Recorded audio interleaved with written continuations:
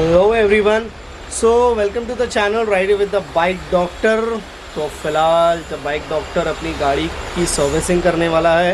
Actually वो already start हो चुकी है, तो मैं आपको थोड़ी देर में बताऊंगा। बट ये जो सर्विसिंग हो रही है ना बाइक की, जो इतना देखभाल किया जा रहा है फ़िलहाल, तो वो इसलिए हो रहा है क्योंकि मैं जाने वाला हूँ लद्दाख। और लद्दाख अगर किसी को भी जाना है, बिकॉज़ मैं ये जो राइड करने वाला हूँ ये मुंबई से लद्दाख बाय रोड होने वाला है। तो और भी कुछ एडवेंचर चीज़ें हैं जो आपको स्टेप बाय स्टेप मैं आपको बताऊंगा। तो फ़िलहाल आप लोगों को मैं बता दूं कि ये जो बाइक सर्विसिंग है वो इतना इम्पोर्टेंट इसलिए है क्योंकि अप्रॉक्स जो मैं किलोमीटर आपको बता रहा हूँ वो 6000 के ऊपर है। और 2019 में मैंने जो लद्दाख का राइड है ना, मैं ऑलरेडी कर चुका हूँ। तो ये सेकेंड टाइम मैं करने जा रहा हूँ। वो भी रीज़न मैं आपको बताऊँगा, उसके लिए आपको ये व्लॉग को पूरा देखना पड़ेगा। और ये जो व्लॉग है ना वो आपके लिए बहुत ही ज़्यादा हेल्पफुल रहने वाला है, बिकॉज़ जिस किसी को भी इन फ्यूचर लद्दाख जाना है तो उसकी बाइक या फिर स्कूटर जो भी है वो वेल सर्विस कैसी होनी चाहिए। तो फ़िलहाल मेरे पास है पल्सर 220।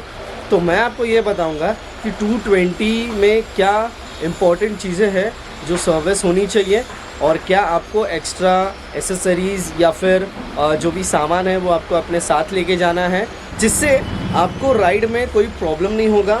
और जब कभी भी इन फ्यूचर कुछ होता है, बिकॉज़ ये एट द एंड मशीन है, बट होता कुछ नहीं है। अगर हो गया तो आप उसको कैसे टैकल कर सकते हो, कैसे जो प्रॉब्लम है उसको रिजॉल्व कर सकते हो। तो फ़िलहाल अभी जाते हैं मेरी गाड़ी के तरफ। तो मैं आप लोगों को दिखा दूँ कि ये है भाई अपनी गाड़ी जो हो रही है सर्विस। तो ये फ़िलहाल थोड़ा सा जूम करके दिखाता हूँ, बिकॉज़ मैं हूँ अभी शॉप पे। तो ये अपनी गाड़ी का काम हो रहा है और मैं आपको दिखाऊंगा कि एग्जैक्टली क्या काम हो रहा है गाड़ी में। तो जो सर्विस पार्ट होता है ना, ये स्टार्ट हम करते हैं बेसिक चीज़ों से, बिकॉज़ जैसे ये डुअल डिस्क बाइक है। तो फ़िलहाल हमारा जो पहला चीज़ है वो कैलिपर क्लीनिंग हो रहा है। और ये जो बाइक सर्विस कर रहे हैं ये है मेरे फ्रेंड अरमान भाई। ठीक है अरमान भाई, हाय।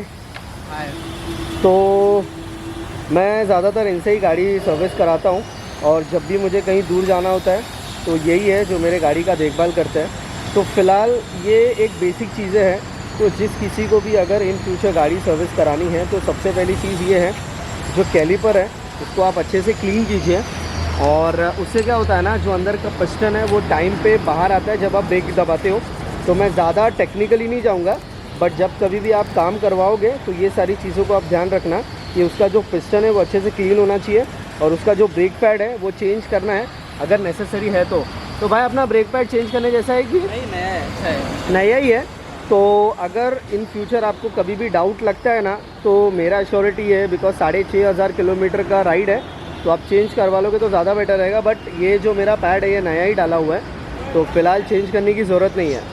तो उसके बाद अभी हम जाएंगे आगे, जो पीछे का कैलिपर है उसको क्लीन करेंगे। तो भाई साहब पहले अच्छे से उसको ग्रेसिंग वगैरह कर रहे हैं, और उसके बाद वो फिटिंग करेंगे। तो आप देख सकते हो यहाँ पे ये पूरा अच्छे से क्लीनिंग हो रहा है, ग्रेसिंग हो रहा है। तो मैं आपको बता दूँ कि ये जो गाड़ी है ना फ़िलहाल अभी पूरी खुली पड़ी है, तो उसका एयर फिल्टर, उसके स्पार्क प्लग, ये सारी चीज़ें चेंज होने वाली है। तो मैं आप लोगों को बताते रहूँगा कि धीरे धीरे इसमें क्या है और आपको क्या एक्स्ट्रा लेके जाना है। तो फ़िलहाल के लिए आप ब्लॉग में बने रहिए, हम मिलते हैं आगे। तो अभी एयर फ़िल्टर हम चेक करेंगे कि मेरी गाड़ी का जो एयर फ़िल्टर है उसका कंडीशन कैसा है। तो मेरे ख्याल से ये क्लीन हो जाएगा ना। ठीक है, तो इसको हम क्लीन कर देंगे और हम लोग इसको ही रीयूज़ कर सकते हैं। तो अभी तक मेरी बाइक में कोई भी नया पार्ट डालने की ज़रूरत नहीं पड़ी है, बट मेरे ख्याल से कल उसकी ज़रूरत पड़ेगी, बिकॉज़ कैची बुश का ऐसा है कि भाई जब वो ओपन होगा ना तो उसमें जूना कोई हम लोग जो है मतलब यूज़ की हुई चीज़ें हम नहीं डाल सकते, उसमें नया ही डालना पड़ेगा।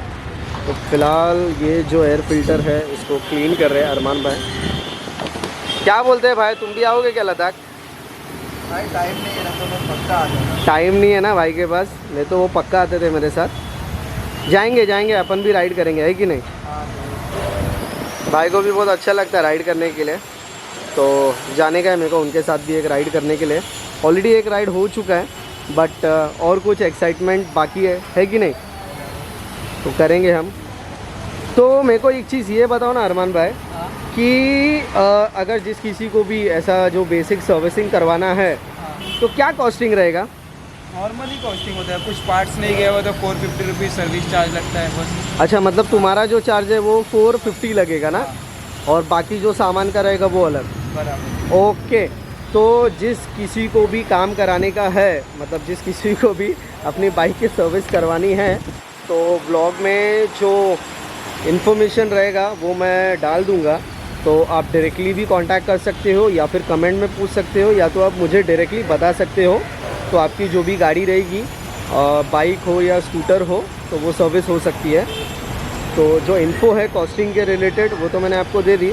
और भाई मतलब आप अरमान भाई से गाड़ी सर्विस कराओगे ना, 101% सेफली जाके सेफली आओगे, कुछ भी प्रॉब्लम नहीं होगा, है कि नहीं? वो तो भाई आप लोग राइडर लोग के ऊपर डिपेंड करता है। मैं नहीं, तो नहीं। काम अच्छा ही करता हूँ। नहीं, देखो आप कैसा है लोगों पता है क्या, एट दी एंड वो है मशीन। हाँ। तो मतलब जितना हो सकता है वो हम उतना अच्छा ट्राई करेंगे, और उसके बाद देखेंगे कि कैसे कभी होता है। ऐसा नहीं होगा कि मैकेनिक ने ऐसा काम कर दिया जिसकी वजह से मैं फंस गया। नहीं, वैसा नहीं होता है। मैं आपको एक पर्सनल एक्सपीरियंस बता दूंगा। फ़िलहाल मेरा चेहरा तो नहीं दिख रहा है, बट मेरा हाथ है, ये मैं हूँ। तो मैं आपको बता देता हूँ कि जब मैं लास्ट टाइम गया था, तो जिसके साथ में गया था, जो मेरा फ्रेंड है अक्षय राणे, तो अक्षय राणे, अगर आप ये व्लॉग देख रहे हो तो मुझे आपकी बहुत याद आ रही है लद्दाख वाले राइड की। उनकी ना भाई बैटरी ख़राब हो गई थी, वो भी खारदुंगला पर 18,500 फीट ऊपर। और वो एक चीज़ जो थी ना, वो एडवेंचर था। तो उसका जो एक्सपीरियंस है ना, वो मैं वहाँ पे शेयर करूँगा जब मैं जाऊँगा। तो आप सोच लीजिए कि हर चीज़ें अनएक्सपेक्टेड होती है। मतलब मैंने कभी ये नहीं सोचा था कि वहाँ पे बैटरी ख़राब हो जाएगी। तो भाई यही एडवेंचर होता है, ठीक है, इसको ही हम लोग एडवेंचर बोलते हैं। तो वो जो किस्सा है ना, उसके बारे में मैं आपको आगे ब्लॉग में बताऊँगा जब मैं वहाँ पर पहुँच जाऊँगा, कि एग्जैक्टली कौन से लोकेशन पर क्या सीन हुआ था। सीन मतलब यही हुआ था कि बैटरी ख़राब हुई थी, और खारदुंगला आपको पता ही है कि 18,500 फीट ऊपर। तो अभी भाई कहाँ चले गए, गायब हो गया लगता है, अंदर है। तो अपनी जो पल्सर 220 है, मतलब अपनी जो बगीरा है ना, उसकी सर्विसिंग हो चुकी है। सिर्फ एक दो काम बचा हुआ है जो कल हम लोग करेंगे। तो फ़िलहाल अभी जो मेरा टैंक है, मनोज ए पॉजिटिव मेरा जो ब्लड ग्रुप है वो लिखा हुआ है।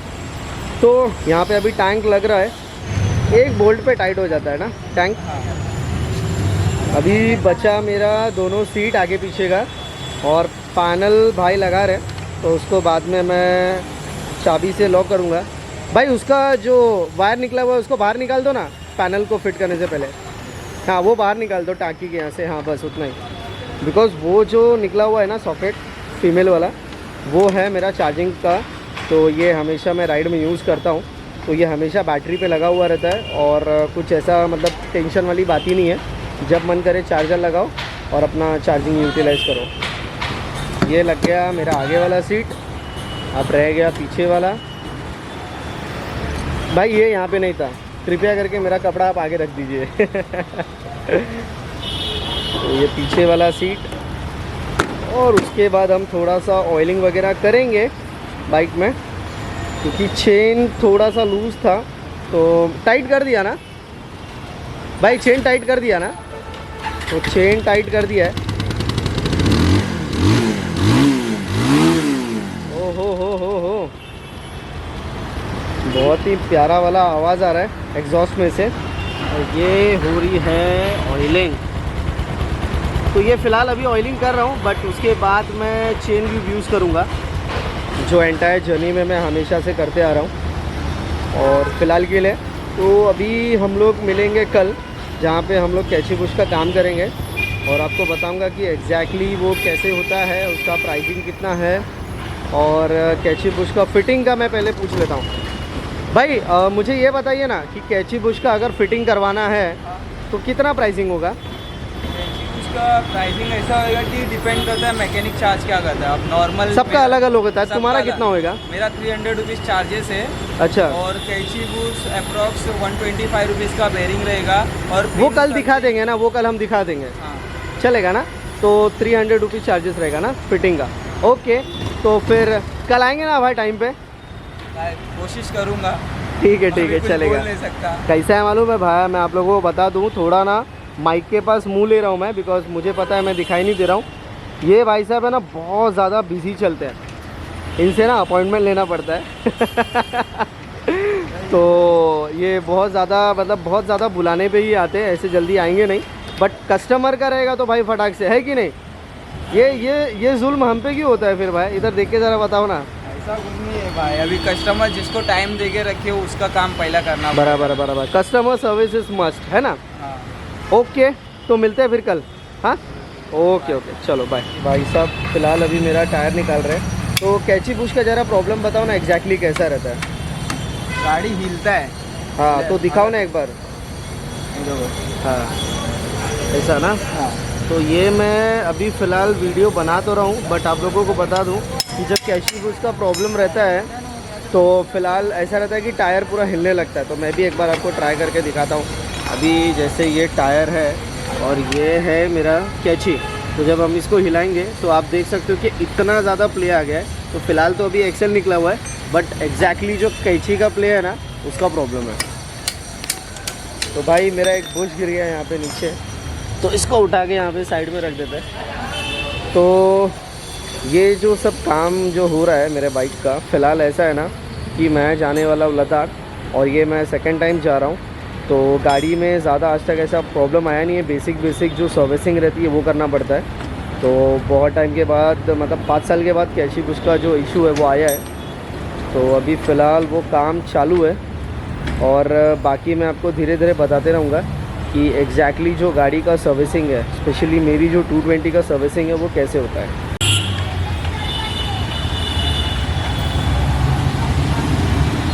तो भाई ज़रा मेरे को बताओ ना, मतलब एग्जैक्टली क्या क्या करना पड़ता है। ये ना भाई इनको सवाल पूछो तो ऐसा दूर भाग जाते हैं ना। आप लोगों को समझ में आ रहा है? उनको अगर कुछ सवाल किया जाए ना भाई दूर भाग जाते हैं। एक्चुअली दूर नहीं, भाई साहब पाना लाने गए थे, जो कि है एलेंकी पाना। तो मेरे हिसाब से जो मेरे दोनों शॉकर पे वो निकालना पड़ेगा, करेक्ट? और ये एग्जॉस्ट भी अलग होएगा कि वैसे ही रहेगा?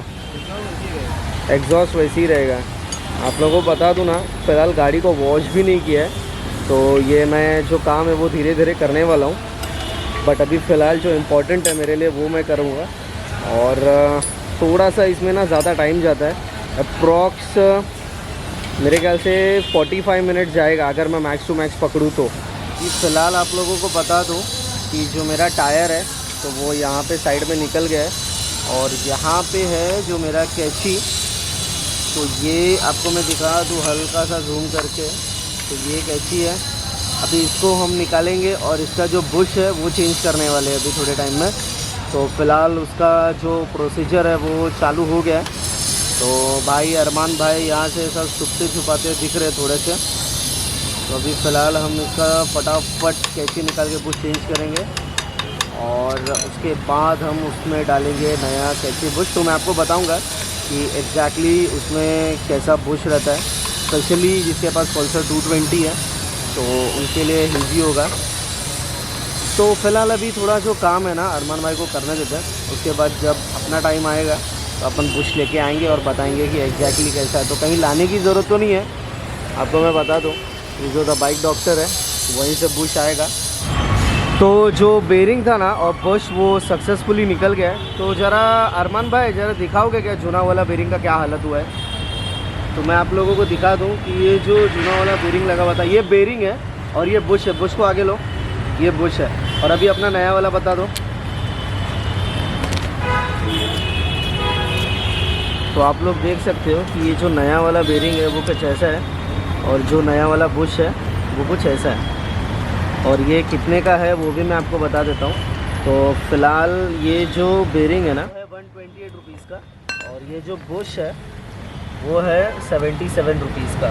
तो जिस किसी को भी लेना है वो लोग को मैंने प्राइस बता दिया है, बट ये प्राइस जो है ना वो फ्लक्चुएट होता है। तो फ़िलहाल अभी ये जब फिट हो जाएगा तो मैं आपको आगे का बताऊँगा। तो अभी फ़िलहाल जो बुश था और जो बेरिंग है वो लग चुका है। तो फ़िलहाल अभी यहाँ पे ग्रेसिंग करना बहुत इम्पॉर्टेंट है। तो जिस किसी को भी ये काम कराना है तो आप अच्छे से ग्रेसिंग करवा लीजिएगा, और उसके बाद जो बुश रहेगा उसको अंदर डाल के फिर वो बाइक में फ़िट होगा। तो फ़िलहाल यहाँ पे बुशिंग हो रहा है, और भाई साहब यहाँ पे बीच में आते हुए चाय के साथ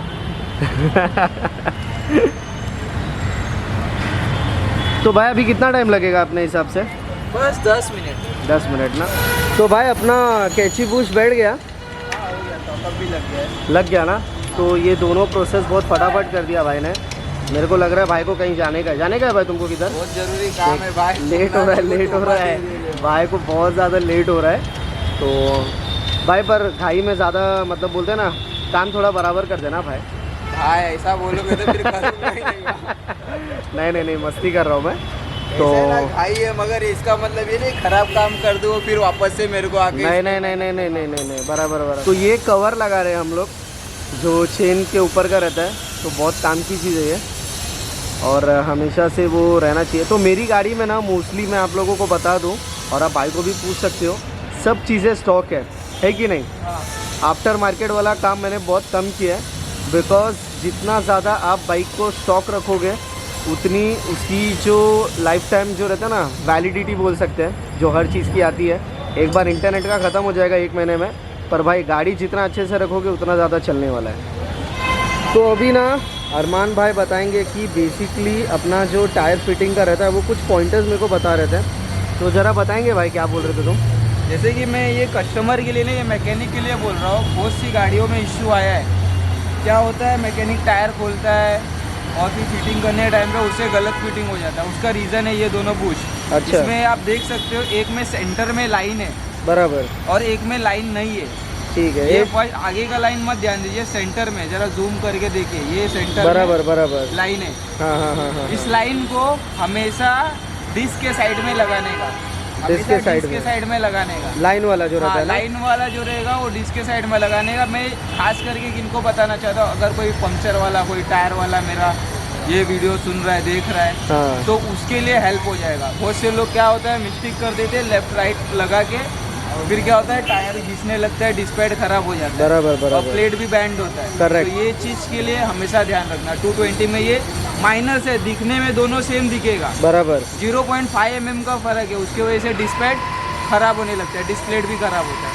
ओके। सो मिलते हैं, बाय बाय। नहीं बाय नहीं। तो मैं वापस से एक बार जो इन्फॉर्मेशन है वो मैं आपको बता देता हूँ कि इसमें 2 डस्टन आता है जो टायर के दोनों साइड लगता है, बट वो जो डस्टन में एक डिफरेंस होता है। तो एक जो डस्टन होता है जिसमें लाइन होता है बीच में, तो वो जो डस्टन होता है वो लेफ्ट हैंड साइड में लगता है, करेक्ट। हाँ, और डिस्क के साइड में, डिस्क में साइड में लगता है जिसमें लाइन होता है, और जो जिसमें लाइन नहीं होता है वो राइट हैंड साइड में लगता है। तो ये अच्छा इन्फॉर्मेशन है। तो जब कभी भी आप काम कराते हो तो ये चीज़ों पे ध्यान देना, तो इससे आपको पता चलेगा कि जो मैकेनिक काम कर रहा है वो कैसे कर रहा है।